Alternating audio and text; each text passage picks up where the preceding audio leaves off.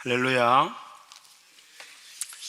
하나님 아버지와 주 예수 그리스도로부터 은혜와 긍휼과 평강이 우리 선교사님들 또 여기 있는 우리 모두에게 함께 하시기를 주님의 이름으로 축원합니다. 지난 2005년 미국의 투자전문은행 골드만삭스에서 향후 세계를 전망하면서 한국과 관련하여 한국이 2020년이 되면은 이탈리아를 제치고 G7에 들어가고 2025년이 되면은 1인당 GNP 5만 달러로 미국, 일본 다음으로 잘 살고 2050년이 되면은 1인당 GNP 8만 1,462달러로 미국 다음으로 잘 사는데 삶의 질은 세계 최고가 될 것이다. 그러니까 우리가 부탁한 것도 아닌데 골드만삭스에서 순전히 자기들의 영업 이익을 위해서 전망하는 가운데 우리나라에 대해서 이렇게 예측했어요. 그때 당시 이것을 받아들인 우리 한국 사람은 거의 없습니다. 왜요?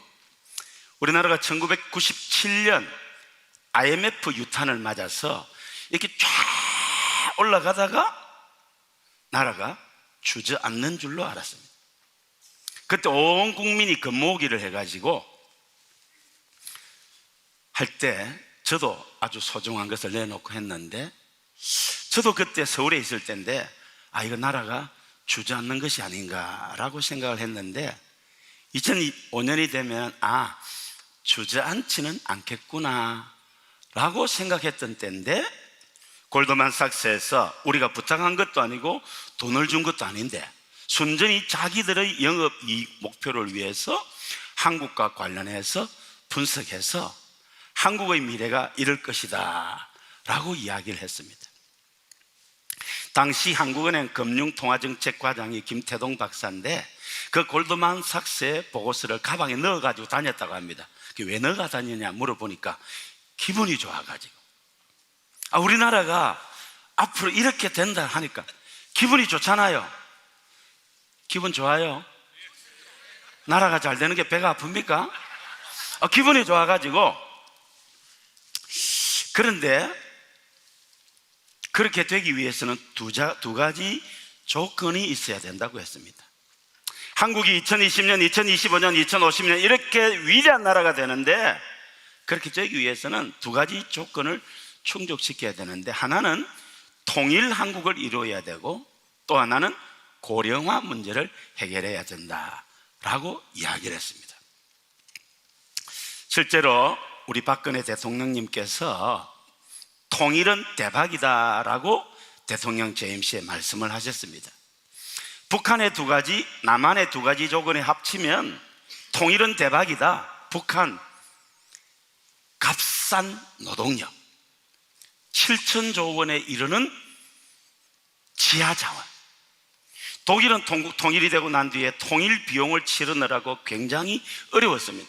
근데 우리나라는 통일 비용 걱정할 게 없다는 겁니다. 7천조 원에 이르는 어마어마한 지하자원이 저 북한 땅에 감춰 있고, 그리고 저 북한의 값싼 노동력, 여기에 남한의 뛰어난 기술력과 남한의 자본을 합치면 통일은 대박이다 그렇게 말했어요. 파리 제2대학의 세계적인 석가 기소로만 교수도 21세기 동북아 정세와 관련하여 중국이 유일하게 두려워하는 것이 통일 한국이다 그렇게 말했습니다. 우리의 소원은 통일입니다. 맞습니까? 정말 우리나라의 통일은 이러한 위대한 것을 이루게 될 텐데, 실제로 지금 국제 전문 학자들 가운데 2040년이 되면은 한국이 통일을 넘어서 저 고구려 발해 거대한 땅까지 차지하는 강대국이 될 것이다 라고 내다보는 국제 정치학자도 있는데, 역사의 주인이신 하나님께서 이 마지막 때 우리 민족을 그렇게 쓰시려고 섭리하시지 않겠나라고 생각을 합니다. 근데 통일은 통일인데 어떤 통일이냐? 자유민주주의, 시장경제가 확실히 보장되는, 그리고 평화통일, 자유민주주의가 보장되지 않는 다른 어떤 것 안 됩니다. 시장 경제가 보장되지 않는 통일 안 됩니다. 그리고 적화 통일이 아니라 평화 통일. 거기 한 걸음 더 나아가서 우리 기독교인들은 복음 통일. 할렐루야.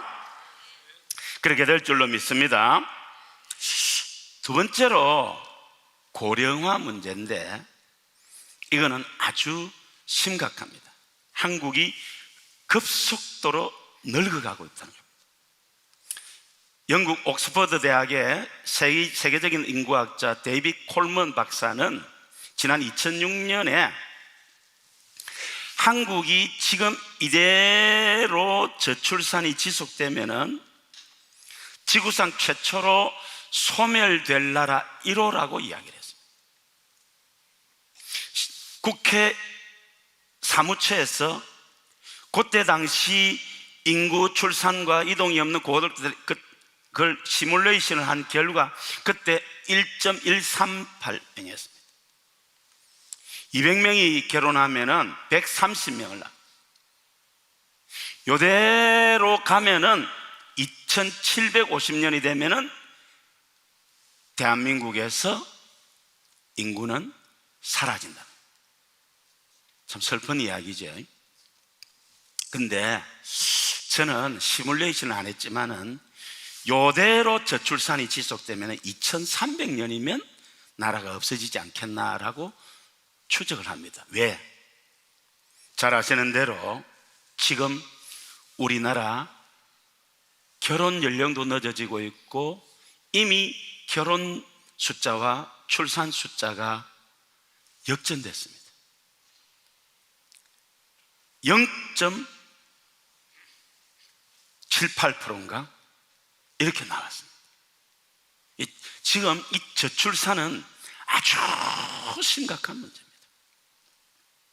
그래서 우리나라가 지난 14년 동안 저출산 문제 해결하려고 무려 195조 원을 쏟아부었습니다.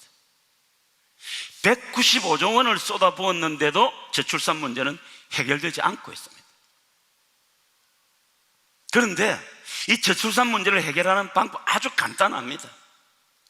뭡니까? 낙태 못하게 하면 됩니다. 우리나라에 지금 1년에 100만 명 넘는 아이들이 엄마에 의해서 살해당하고 있습니다. 작년 우리나라 총 출산율이 27만 명입니다. 그런데 엄마에 의해서, 엄마 태 속에서 아무런 저항 하나 못하고 어머니에 의해서 살해당하는 아이들이 100만 명이 넘습니다. 나라가 국회와 온 나라를 동원해서 14년 동안 195조 원을 쏟아부어도 이 저출산 문제 해결이 안 되는데, 간단합니다. 낙태 못하기로만 하면은 하루아침에 끝나고 우리나라는 다시 일어설 것입니다. 그런데 여야 국회의원들, 정치인들이 아무리 자기 당의 유익을 구하지만은 참 안타까운 게 많습니다. 작년 12월 31일부로 낙태에 관련 법이 폐기되어 버렸습니다. 그래서 지금 대체 입법을 해야 되는데 여야 정치인들이 싸우느라고 이거 하지를 못하고 있습니다. 여러분, 잉태되고 6주만 되면은 심장 박동이 느껴진답니다. 잉태되는 순간 성경적으로 보면 생명이잖아요. 6주가 되면은 아이의 심장 박동이 느껴진답니다. 그런데 6주가 아니라 10주, 심지어 24주면은 6개월 아닙니까? 그 아이를 발을 잘라내고 다리를 잘라내고 머리를 잘라내고 그렇게 해서 살인을 자행하고 있습니다. 여기 관련 법을 조혜진 국회의원 밀양 장로님입니다. 사실은 장로님이 대표 서명해서 올렸는데 국회가 다루지를 않고 있습니다. 한국이 차별금지법과 싸워서 이기고 있는 유일한 나라인데, 제가 2020년 경남기독교 총연합회 대표회장으로 섬기면서 이 차별금지법 반대하는 국회 4번 들어갔고, 그때 조혜진 장로님 만나서 설명을 드렸습니다. 아무도 여성단체의 반대가 무서워서 서명을 안 하려고 하는데, 이 장로님이 딱 듣더니 자기가 대포 발휘하겠다는 겁니다. 그런데 그 법이 통과되지 않고 있습니다. 지금 우리나라는 5천년 역사에 너무너무 위대한 나라죠. 온 세계로 뻗어가고 있잖아요. 아카데미 주연상 이거는 국력이 뒷받침되지 않으면 꿈도 못 꾸는 건데, 빌보드 차트 그 1등은 그냥 아무나 되는 게 아닙니다. 근데 우리나라가 골프라든지 선진국만 할 수 있는 그런 여러 가지 분야에서 세계 정상에 올라와 있습니다. 역사의 주인이신 하나님께서 이 마지막 때에 우리 한민족을 들어 쓰시려고 지난 5천년 동안 준비시키셨다가 지금 역사하고 있는 줄로 믿습니다.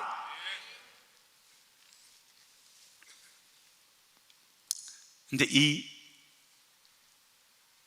결혼 안 하려고 하는 이 문화, 결혼을 늦게 하는 문화 바뀌어야 되고 낙태 막아야 됩니다. 생각했던 사람들이 저 무슬림들, 저 사람들을 이민을 받아들여 가지고 하자, 어차피 다문화 시대로 가는데, 여러분, 유럽이 그 저출산 문제 때문에 이 유럽 무슬림들을 받아들여 가지고 지금 유럽이 무너져 버리잖아요. 이제 문을 닫고 있잖아요. 그런데 우리나라에서 정말 나라의 장래를 생각하면서 고민하는 이러한 국회의원들이 많지 않습니다. 이것을 우리가 막아야 됩니다. 그리고 결혼 빨리 시켜야 됩니다. 우리나라 빨리 이제 고등학교 졸업하고 대학 들어가면은 철들기 전에 빨리 결혼해가지고 애 3명, 4명, 5명 이상 많이 놓도록. 실제로 저는 제가 우리 교회 결혼하러 오면 3명 이상 낳겠다고 약속을 안 하면 주례를 안 써줍니다. 왜? 성경이 생육 번성하라고 했잖아요. 그래서 저희 교회는 3명이 많습니다. 4명도 많습니다. 우리 교회 부목사 한 사람은 우리 교회 오자마자 5째 낳고 6째 놓았을 때 500만 원 줬습니다. 이제 이 목사님이 이제 더 이상 사모님이 너무 힘들어하니까 애를 안 낳으려고 이제 남자가 아기를 못 낳을 수 있는 그걸 했어요. 그런데 애가 잉태가 됐어요. 사람이 마음으로 자기 길을 계획할지라도 그 걸음을 인도하는 자는 여호와시니라. 사람이 계획을 해도 하나님이 막으시면 이게 길이 없습니다. 사람이 계획하지 않아도 하나님이 하고자 하시면 이게 어쩔 수가 없습니다. 모든 것이 하나님의 손에 달려 있습니다. 할렐루야. 이 목사님이 7제를 놓았어요. 그래가지고 1,000만 원을 상금을 줬잖아요, 우리 교회가.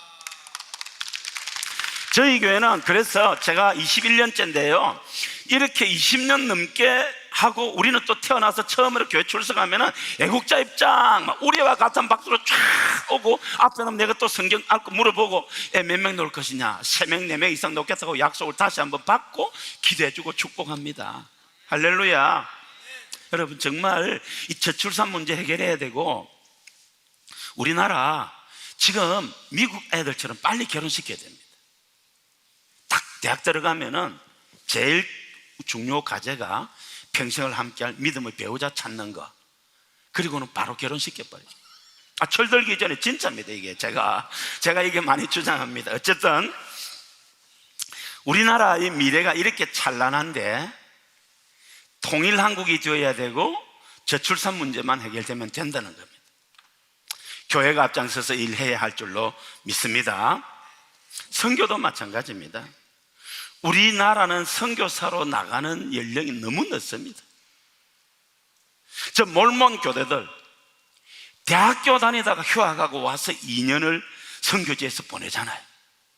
우리나라도 고등학교를 졸업하고 선교지에 1년, 2년 갔다가 대학을 가든지, 아니면 대학 입학하고 1년 휴학하고 그리고 1년, 2년 단기 선교 경험하고 그리고 공부를 하고 난 뒤에 선교사로 가도 좋고 다른 길로 가도 좋고, 인생이 달라지지 않겠습니까? 바뀌어져야 할 줄로 믿습니다. 2020년 우리나라가 이탈리아를 제치고 G7이 될 것이라고 2005년도에 골드만삭스가 예측을 했는데, 실제로 지난 2020년 이탈리아 1인당 GNP 32,200달러, 우리나라는 32,860달러로 이탈리아보다도 660달러 더 많습니다. 할렐루야. 놀라운 일이죠. 실제로 저희가 로마에 있는 교회, 로마 한인교회와 관계를 맺고 있는데, 그 집사님 딸이 이태리에서 학교 교사로 있었는데 한국으로 와서 취직하려고 하고 있습니다. 그렇게 역전이 됐습니다. 정말 우리나라가 대단한 나라입니다. 할렐루야. 지난 2021년, 바로 작년이죠. 작년 7월 2일 우리나라가 드디어 UN 웅크타드, UN 무역개발 원조회의, 거기에서 만장일치로 대한민국을 선진국으로 가결했습니다. 할렐루야. 역사상 처음 있던 일입니다. 지난 20세기에 많은 나라들이 후진국에서 중진국으로 올랐었고, 중진국에서 선진국의 문을 똑똑똑 두드리다가 다 주저앉았는데 우리나라만 남아서 선진국에 들어갔습니다. 역사의 주인이신 하나님께서 이 마지막 때에 우리 한민족을 통해서 하나님의 뜻을 이루시려고 섭리하신 결과인 줄로 믿습니다. 1945년 우리나라가 해방이 되었을 때에 우리나라는 인도 다음으로 못 사는 나라였습니다. 인도는 빈부의 격차가 하늘과 땅이잖아요. 그러나 전체적으로 보면 너무너무 비참하잖아요. 근데 그 인도 다음으로 못 살던 나라가 우리나라인데, 불과 50년, 60년 만에 이렇게 세계에 우뚝 선 나라가 되었습니다. 역사의 주인이신 하나님께서 우리 민족을 들어 쓰시려고 섭리하신 줄로 믿습니다.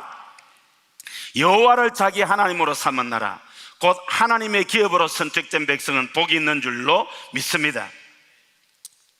우리 대한민국은 1948년 8월 15일 바로 이 여호와를 자기 하나님으로 삼은 나라, 곧 그 기업으로 뺏은 바 된 백성이 복이 있다는 뚜렷한 국정 철학을 가지고 건국된 나라가 대한민국입니다.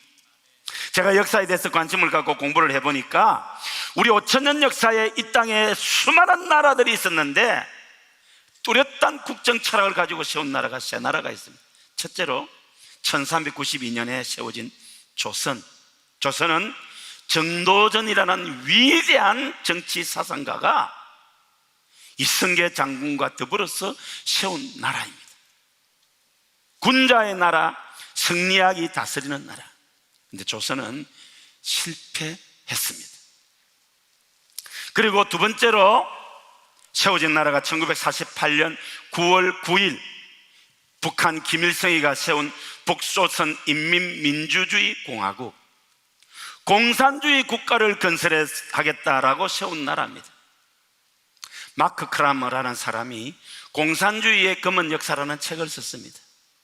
1917년 볼셰비키 혁명으로 시작된 이 공산주의가 1991년 12월 25일 멜리데 섬에서 아버지 부시와 고르바초프 대통령이 협의를 함으로 구소련을 해체하면서 70년 만에 막을 내렸습니다. 그런데 지난 70년 동안에 이 공산주의의 검은 역사가 어떻게 나타났느냐, 전 세계적으로 1억 명 이상 되는 사람이 공산주의 때문에 숙청 학살됐다는 것입니다. 북한이 그런 나라입니다. 실제로 북한 김일성이가 450만 명 우리 동포를 죽이고 300만 우리 동포를 굶겨 죽였지 않습니까? 그게 저 김일성, 김정일, 김정은 북한 괴뢰 도당입니다. 세 번째로 우리 대한민국입니다. 1948년 8월 15일 이승만 대통령이 여호와를 자기 하나님으로 삼은 나라, 곧 하나님의 기업으로 선택된 백성은 복이 있다라고 기독교 국가를 건설하면은 이 나라도 미국과 영국 같은 위대한 나라가 될 것이다 라는 그런 꿈을 가지고 1899년 한성 감옥에서부터 기도하여 드디어 48년 만에 기독교 국가 대한민국을 건국했습니다. 그리고 여호와를 자기 하나님으로 삼은 나라 대한민국, 하나님의 기업으로 뺏김받은 백성이 되기를 원했던 우리 대한민국은 지금 이렇게 위대한 나라가 되었습니다. 할렐루야. 여러분, 우리가 5000년 역사를 공부해 보면은 우리나라가 언제 이렇게 세계로 뻗어갔습니까? 우리나라는 평생 저 중국의 끝자락에서 중국만이 대국인 줄 알고 살았습니다. 17세기 산업혁명 이후 온 세계가 새로운 시장 개척과 자원 발굴을 위해서 세계로 뻗어갈 때, 그래서 19세기에 서구 문물이 조선의 문을 두드릴 때 중국도 일본도 문을 열었으나 우리나라는 꼭꼭 문을 닫았습니다. 결국 나라가 망했지요. 그런데 역사의 주인이신 하나님께서 이 21세기의 마지막 때에 온 세계 인류를 구원하시려고, 하나님의 섭리를 이루시려고 택한 나라, 택한 백성이 우리 대한민국, 우리 한국 기독교인 줄로 믿습니다. 믿으시기를 바랍니다. 제 공부 좀 했습니다. 허황된 소리 하는 게 아닙니다. 여러분, 우리가 언제부터 이렇게 잘 살았습니까? 19세기 이 땅을 밟은 조선인의 눈에 비친, 서양인의 눈에 비친 우리 조선의 모습은 망해가던 나라였습니다. 실제로 1910년 8월 29일 우리나라는 망했습니다. 우리가 일본과 싸워서 망한 게 아닙니다. 우크라이나 백성이 지금 생명 걸고 러시아와 싸우는데 우리가 일본과 싸워서 망한 게 아니고 가만히 앉아서 나라를 뺏겼습니다.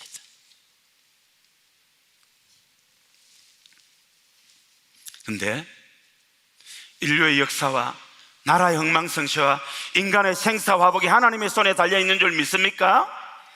역사의 주인이신 하나님이 우리 인간의 생사화복과 나라의 흥망성쇠와 인류의 역사를 주관하고 있는 줄로 믿습니다.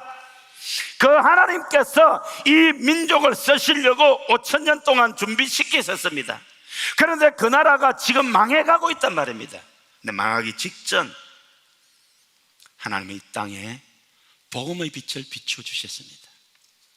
1885년 4월 5일 부활절 아침, 언더우드 아펜젤러 선교사님을 통해서 미전도 종족이었던 우리 조선의 선교사님들이 복음을 들고 본격적으로 살면서 이 민족을 깨우고 이 민족을 세웠습니다. 하나님이 하시는 일은 우리가 생각하는 것과 다릅니다. 내 길은 너희 길과 다르고 내 생각은 너희 생각보다 높다고 했습니다. 할렐루야. 이스라엘 백성이 애굽의 노예 생활에 부르짖을 때에 하나님이 그 부르짖음을 들으시고 이스라엘 민족을 구원하기를 원하시는데 하나님이 어떻게 했으면 이웃 강대국을 부른 게 아닙니다. 하나님은 이스라엘 백성을 출애굽시키시려고 갓난 아기 모세를 태어나게 합니다. 산의 아이가 태어나면 다 죽어야 되는 그 절망의 때에 하나님은 산의 아이를 유대인의 집에게 태어나게 합니다. 그런데 그 모세, 갓난 아기가 번데기 같은데 뭐가 준수하다고 그 부모의 눈에 준수해서 석 달을 숨겨 길리다가 이제 더 이상 숨길 수 있으니까 나일 강물에 띄워서 보냅니다. 근데 하필이면 그 시간에 바로왕의 공주가 나일강에 목욕하러 온다. 이게 말이 안 되잖아요.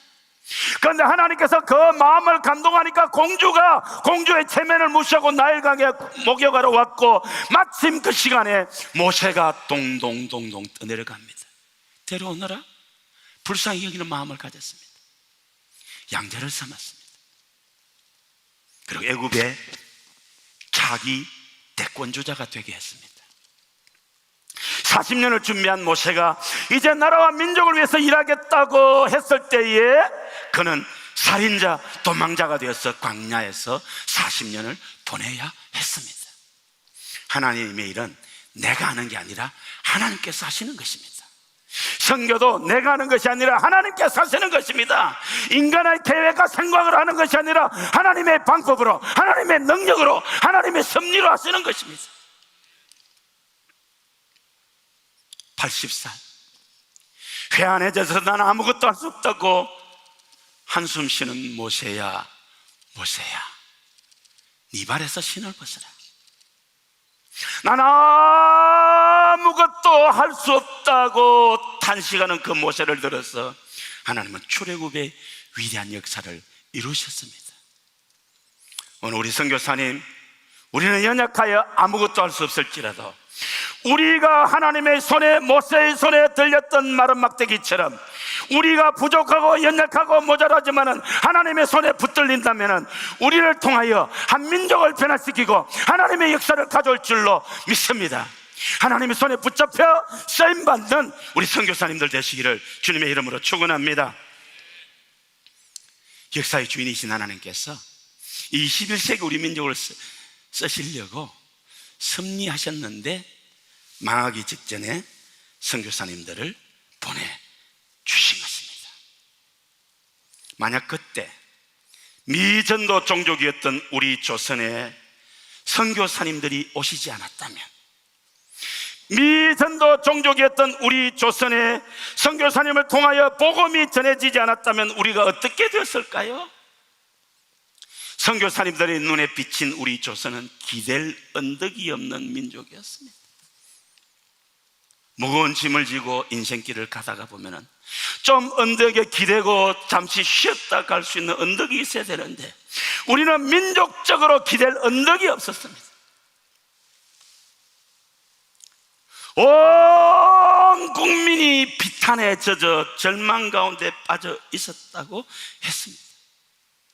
그 절망 가운데 칠흑같이 어두운 가운데 고통당하는 우리 민족에게 하나님은 선교사님들을 통해서 한 줄기 복음을 비추어 주셨습니다. 그 복음이 슬픔을 극복했고 절망을 뛰어넘게 했고 악습을 이기고 모든 고난을 극복하고 마침내 여호와를 자기 하나님으로 삼은 나라 대한민국, 하나님의 기업으로 뺏임받은 백성이 된 대한민국을 건국하게 하시고 그 기독교 국가 대한민국이 오늘 이처럼 세계 위뚝선 나라가 된 줄로 믿습니다. 하나님은 그가 쓰기를 원하는 사람도 나라도 훈련시키십니다. 요셉을 쓰기 원하신 하나님은 요셉이 17살부터 30살까지 말할 수 없는 고난과 아픔을 겪게 했습니다. 그 고난을 통하여 요셉은 마침내 대제국의 인자로서 하나님의 뜻을 펼쳐가는 사람으로 준비될 수 있었습니다.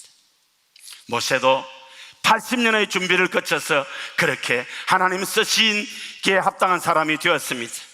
우리 민족도 하나님께서 이 마지막 때에 쓰시려고 5000년을 준비시킨 줄로 믿습니다. 마침내 때가 되면 지금 우리나라가 이렇게 뻗어가고 있잖아요. 1894년 영국 왕립지력회 소속 이사벨라 비숍 여사가 아시아를 여행하는 가운데 우리나라를 4번 방문했습니다. 이사벨라 비숍 여사의 눈에 비친 조선의 모습은 3가지였습니다. 세상에 이렇게 더럽고 게으르고 부패한 나라는 처음 봤다는 것입니다. 왜 더러웠습니까? 안 씻었잖아요. 왜 게을렀습니까? 이래봤자 다 뺏어가잖아요. 왜 부패했습니까? 왕이라는 작자가, 고종 황제가 돈을 받고 뱃세를 팔아먹었습니다. 심지어 법무부 대신, 오늘날로 치면 법무부 장관 아닙니까? 2년 동안 법무부 대신을 23명이나 갈아치웠습니다. 그 사람이 고종입니다.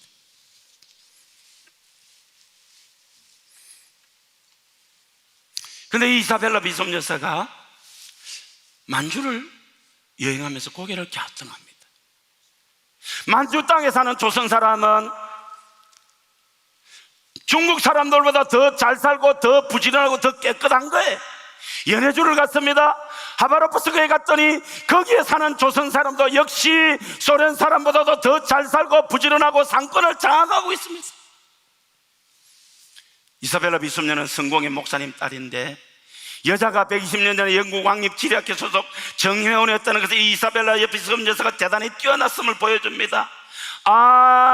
조선 사람들이 열등한 이던 국민이라서 저렇게 더럽고 괴롭고 부패한 것이 아니라 지도자를 잘못 만났기 때문이구나, 그러면서 예언을 합니다.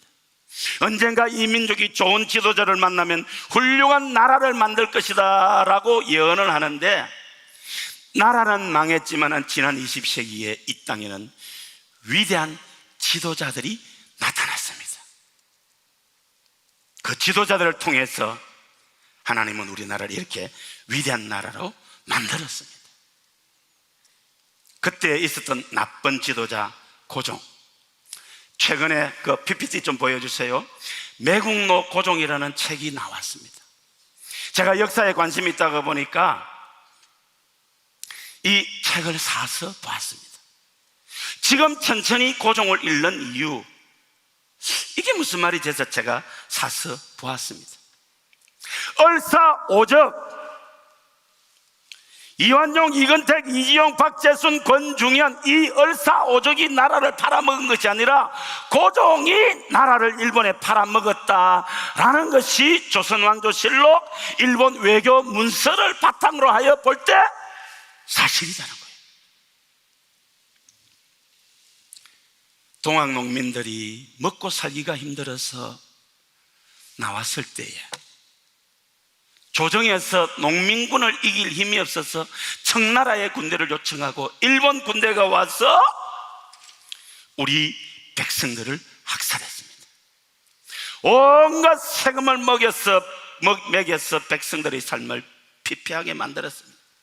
국가 자원을 다 팔아서 자기 배만 채웠습니다. 혁신을 거부하고 개혁 세력을 몰살시켰습니다. 전투 한 번 치르지 않고 나라를 일본에 팔아 넘겼습니다. 1905년, 저 책 꼭 사보세요. 그 다음 거, 지금 천천히 고동을 읽는 이유, 다음 거, 저 두 책 여러분 꼭 사보시고, 역사적 지식, 진실을 우리가 알지 못했던 역사적 사실에 대해서 가르쳐주고 있습니다. 우리가 학교에서 배울 때 1905년 11월 17일 을사보호조약, 을사늑약을 체결해서 우리나라 외교권이 빼앗겼다고 했는데, 그때 이 외교권을 빼앗아간 이 을사오적이 이완용, 이근택, 이지용, 박재순, 권중현인 줄 알았는데 그게 아니라는 겁니다. 11월 17일 나라를 팔아먹었잖아요. 근데 11월 15일에 을사조약을 체결하기 위해서 온 일본인 사절단 65명에게 고종이 훈장을 줍니다. 그럼 이게 강제가 아니죠?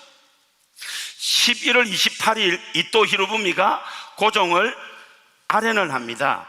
그때 이토 히로부미가 수염이 반백이었는데 고종이 이렇게 말합니다. 그대가 나라를 위해서 수관으로 가 수염이 반이나 희게 되는데 이제 그 남은 반백은 나를 도와서 우리나라를 위해서 일해달라. 이게 우리가 원수로 알고 있는 이토 히로부미를 향한 고종의 이야기입니다. 11월 28일 민영환이 두 차례나 상소를 올려서 폐하 이거 잘못됐습니다 하니까 고종이 왜 이렇게 번거롭게 구는가 라고 그 송수를 받아들이지 않았습니다. 11월 29일 이토 히로부미가 조선을 떠났고 11월 30일 민영환이가 자결을 하고 12월 1일 조병세가 자결을 합니다. 그 일이 있기 1년 전 1904년 3월 20일 이토 히로부미가 고종 황제를 두 번째 만났을 때, 그때 고종 황제가 이토 히로부미를 가리켜서 서양 사람들은 영국의 빅토리아 여왕, 독일의 비스마르크 제상, 청나라의 이홍장과 더불어 경을 건세의 4대 사거리라고 한다라고 그렇게 이토 히로부미 듣기 좋은 말을 했습니다.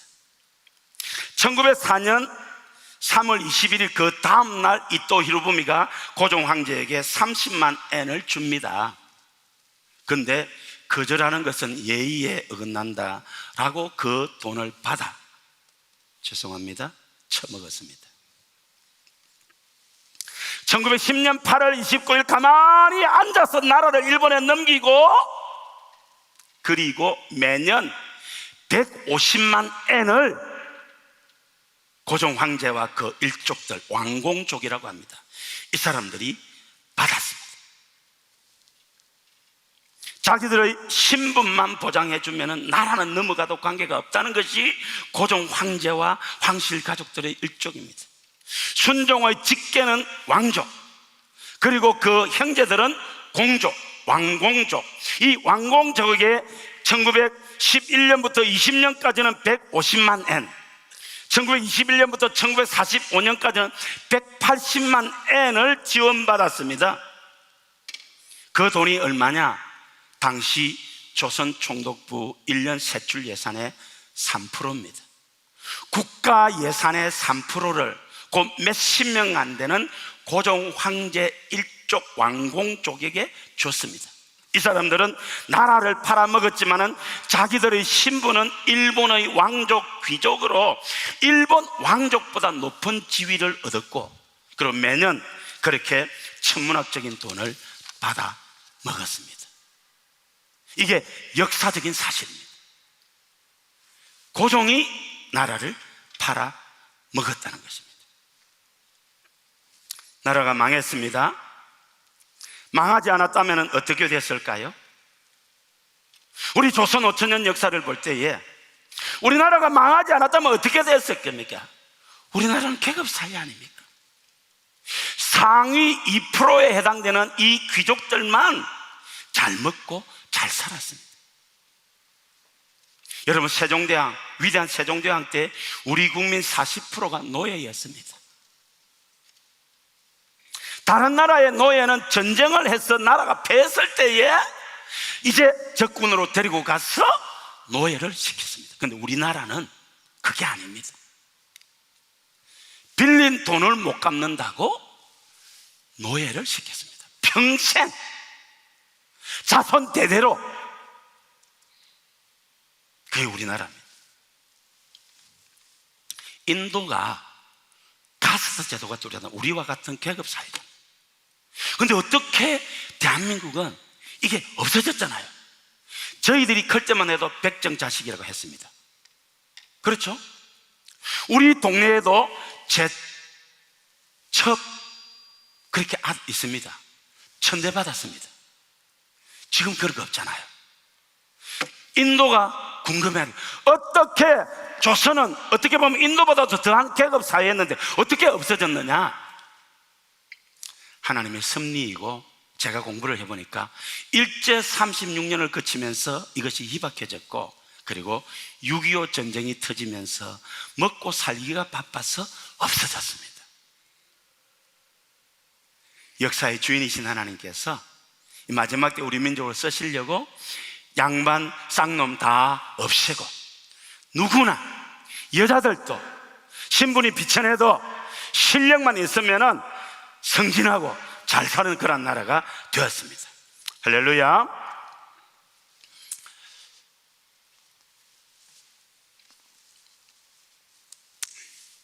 시간이 짧아서 제가 마무리하려고 합니다.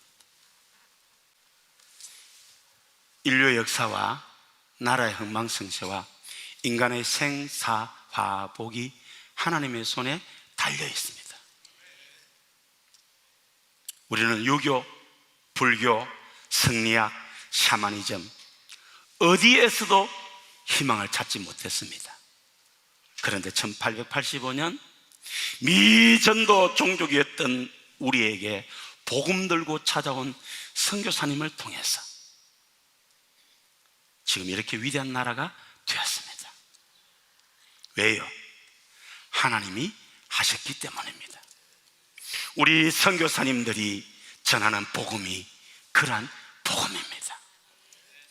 선교사님들이 가는 그곳에서 예수 그리스도의 복음으로 한 개인을, 가정을, 사회를, 나라를 변화시키시기를 바랍니다. 21세기에 역사의 주인이신 하나님께서 우리 대한민국을 들어 쓰시려고 5,000년을 준비시키셨다가 마침내 1948년 8월 15일 여호와를 자기 하나님으로 삼은 나라 대한민국, 곧 하나님의 기업으로 뺏어받은 대한민국을 건국하셔서 오늘 이처럼 위대한 나라가 되게 하셨습니다. 우리 선교사님들은 그 최전방에 나선 하나님의 특권 대사입니다. 세계화의 3대 천병은 외교관, 상사주재원, 선교사님들입니다. 외교관이 들어가지 않는 곳에 상사주재원이 돈불로 들어갑니다. 상사주재원조차 들어가지 않는 그곳에 예수 그리스도의 복음을 들고 우리 선교사님들이 지금 전 세계에 흩어져 있습니다. 전 세계에 흩어져 있는 유대인 100여 개국에 730만 명이 흩어져 있습니다. 중국 화교 15억 인구 가운데 4,543만 명이 130년 나라에 흩어져 있습니다. 그런데 우리 조국 대한민국은 82개국에 760만이 전 세계에 흩어져 있습니다. 가장 넓은 영토에서 살고 있는 민족이 우리 민족입니다.